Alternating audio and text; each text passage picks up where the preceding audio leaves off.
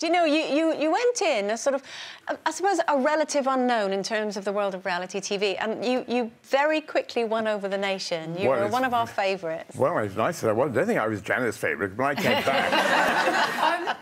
By the way, you're one of my favourites. Oh, well. Don't butter me up. Stanley, that is exactly what your son Boris does. That's I am absolutely thrilled to be here.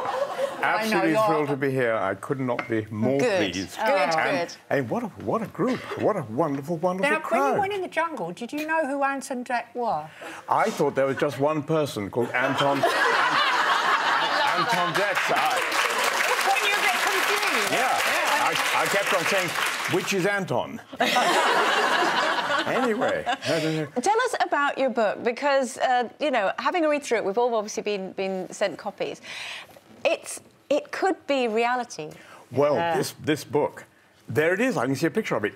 Kompromat, spelt with a capital K, in case you wonder why, because it's meant to be a Russian word. It is a Russian word. And I said to myself, I wrote this in 6 weeks, about this time last year, when I said to myself, it cannot be true that the Russians weren't involved, not only with Trump, but with Brexit. It's just impossible. It was such an open go. Yeah. So then I said, well, how were they involved? And I worked it all out, step by step. And honestly, if you want a thriller, this is the one to go to, because actually it turns out, for example, they gave a huge bung of money to the Conservative Party so that they would make the commitment to have the referendum. You know, about £18 million, I think it was. And then they suborned any number of politicians, and they fixed it. Now, of course, the rule... Can I just clarify? Are you talking real life or your novel? Oh, in my novel, obviously. Isn't one of the problems about writing a satirical novel? Back in the day, we had House of Cards, written by Michael Dobbs. Now, what's becoming uncovered every day makes it hard for you to actually write a satire. Well, actually, the funny thing is, I am now seeing how everything I predicted to have happened in my novel is now coming out. And what are we doing? Who in America predicted that Trump would be involved in a standoff with a porn star called Stormy Daniels? That's happened since your book. Yeah, but in my book, I do have the so-called golden showers scene. I won't go into that, because that is not for a lady's audience. Is this going to be turned into a TV series, please? It is. I'm not sure if I'm allowed to mention a rival channel on this show. It's right ahead. But it's going to be Channel 4, and it's going to be a 6-part TV series. I'm rather aiming... Are you starring? Well, you know, I keep on suggesting. Look, I'm about to appear on Loose Women. Surely that gives me a, credibility, doesn't it? Absolutely. Janet's getting at, though, you do turn on the news, so it's so extraordinary every day. I mean, I've become a news addict, and I mean, people are more engaged in politics than ever before because of all these extraordinary world leaders. Well, because his son is our Foreign Secretary, putting his foot in it on a daily basis. As I came out of the jungle, I said, if you remember, is my son still Foreign Secretary?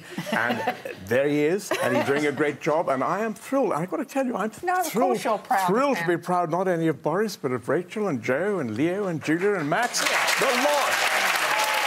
Are you going to give a copy of the book to Boris to take to Putin next time he has? I mean, you know, it could be just a nice gift. Well, in the book, by the way, I was inspired by going off to St. Petersburg, and I had 4 days. I represent the UN on wildlife matters.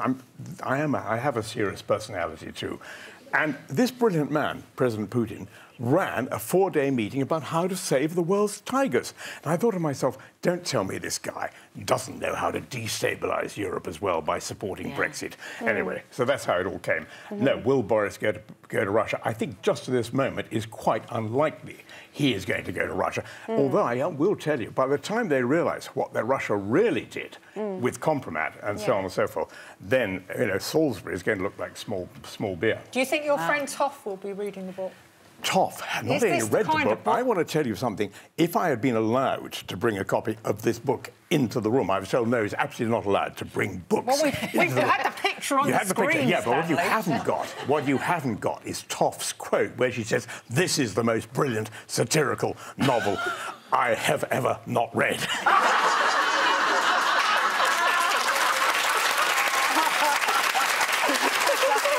Very good.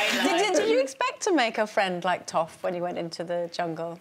Do you know, I had absolutely no idea what this jungle thing was about at all. I'd never... By the time you left, did you understand any better?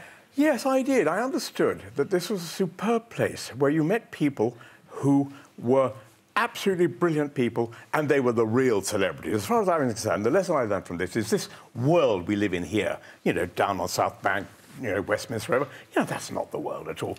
This is a world where Amir Khan is about to fight back and get his title back. He didn't boff you, did he? I thought he was going to give you a... I gave him one to the ribs. Basically, Amir Khan had 3 words which he repeated for about 3 weeks, and that was baba-boom. Baba is 2 shots with the left. Yeah. Boom is when you come in with the right. Well, Stanley, I'm afraid we have 3 words for you. Bye-bye.